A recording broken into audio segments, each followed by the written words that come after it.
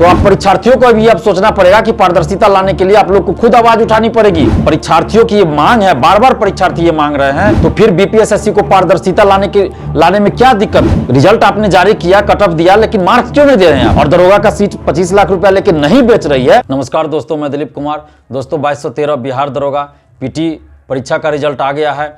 इसमें जो भी अभ्यर्थी सफल हुए हैं उन सभी अभ्यर्थियों को बहुत बहुत बधाई, और वो आगे की तैयारी करें, यानी मुख्य परीक्षा की तैयारी करें। बीपीएसएससी ने एक बार फिर से इतिहास को दोहरा दिया है। जो उनका पुराना इतिहास रहा है कि पारदर्शिता नहीं लानी है, उसी को उन्होंने फिर से दोहराया है। बीपीएसएससी से 6.5 लाख अभ्यर्थी बार बार ये मांग कर रहे थे कि आप पारदर्शिता लाइए बहाली में। जिस तरह से 2446 दरोगा बहाली और 1717 दरोगा बहाली में कोई पारदर्शिता नहीं थी, उसी तरह 2213 दरोगा बहाली में भी कोई पारदर्शिता नाम की चीज़ नहीं रह गई है। परीक्षार्थी पहले से ही मांग कर रहे थे कि ओएमआर शीट की कार्बन कॉपी, क्वेश्चन बुकलेट परीक्षा समाप्ति के बाद दिया जाए, उसके बाद आंसर की जारी हो, और रिजल्ट प्रकाशन के साथ ही कट ऑफ और सभी परीक्षार्थियों का मार्क्स जारी किया जाए।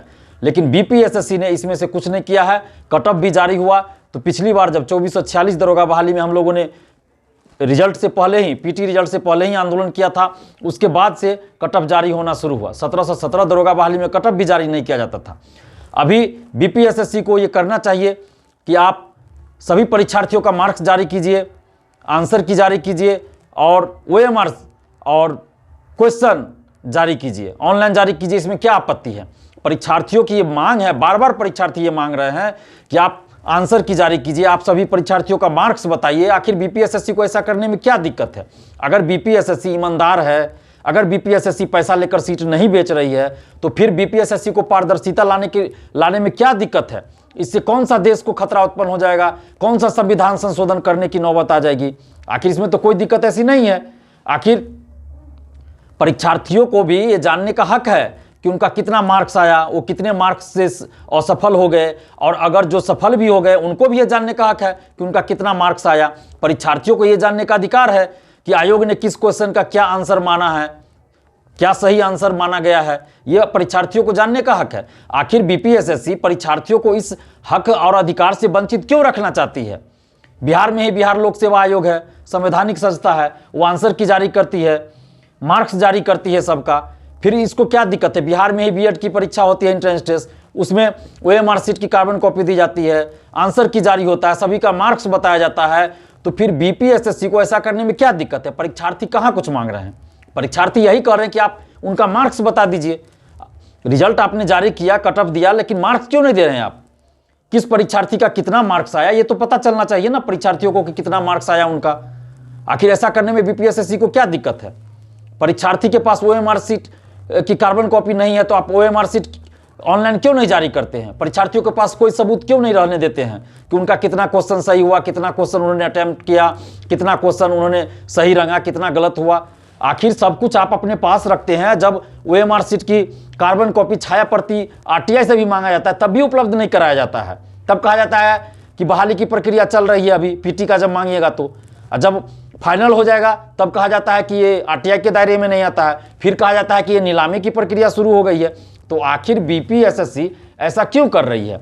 इसका सीधा सीधा मतलब है कि बीपीएसएससी महाधांधली कर रही है। जैसा 1717 दरोगा और 2446 दरोगा बहाली में एकदम खुलेआम धांधली की गई, गुंडागर्दी की गई, तो 2446 में जिस तरह से महागुंडागर्दी हुई, क्या 2213 दरोगा बहाली में भी इसी तरह बीपीएसएससी गुंडागर्दी करने जा रही है और महाधांधली करने जा रही है?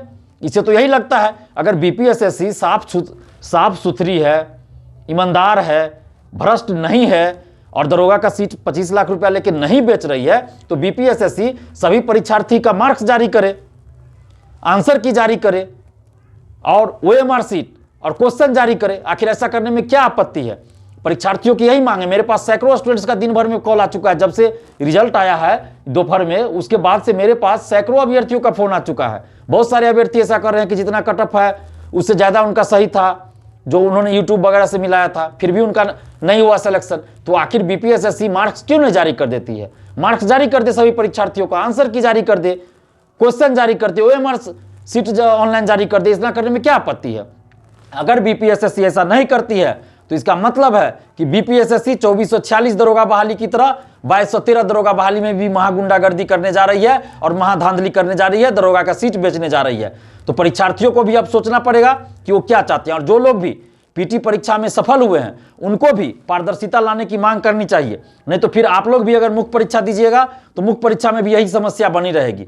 तो इसलिए अभी ही इस समस्या का निदान होना चाहिए और पारदर्शिता लाई जानी चाहिए। ओएमआर सीट जारी हो, सभी परीक्षार्थी का आंसर की जारी हो, क्वेश्चन जारी हो और सभी परीक्षार्थियों का मार्क्स जारी हो। आखिर पीटी रिजल्ट के 1.5 साल 2 साल बाद, यानी फाइनल जब रिजल्ट आ जाता है बहाली का, तब आप पीटी का मार्क्स जारी करते हैं। तो उस मार्क्स को लेकर क्या करेंगे आप? उस समय 2 साल बाद आप मार्क्स जारी करते, अभी आपको मार्क्स जारी करने में क्या दिक्कत है? यानी कि आप ओएमआर सीट में छेड़छाड़ कर रहे हैं, ज्यादा मार्क्स जिसका है उसका कम कर दे रहे हैं। अगर आप ओएमआर सीट में छेड़छाड़ नहीं कर रहे हैं तो अभी आपको मार्क्स जारी करने में क्या दिक्कत है? आप पीटी रिजल्ट के 1.5 साल 2 साल बाद आप पीटी का मार्क्स बताते हैं, तो अभी आपको बताने में क्या दिक्कत है? यानी कि आप कहीं ना कहीं ओएमआर सीट में छेड़छाड़ कर रहे हैं। तो आप परीक्षार्थियों को भी अब सोचना पड़ेगा कि पारदर्शिता लाने के लिए आप लोग को खुद आवाज उठानी पड़ेगी।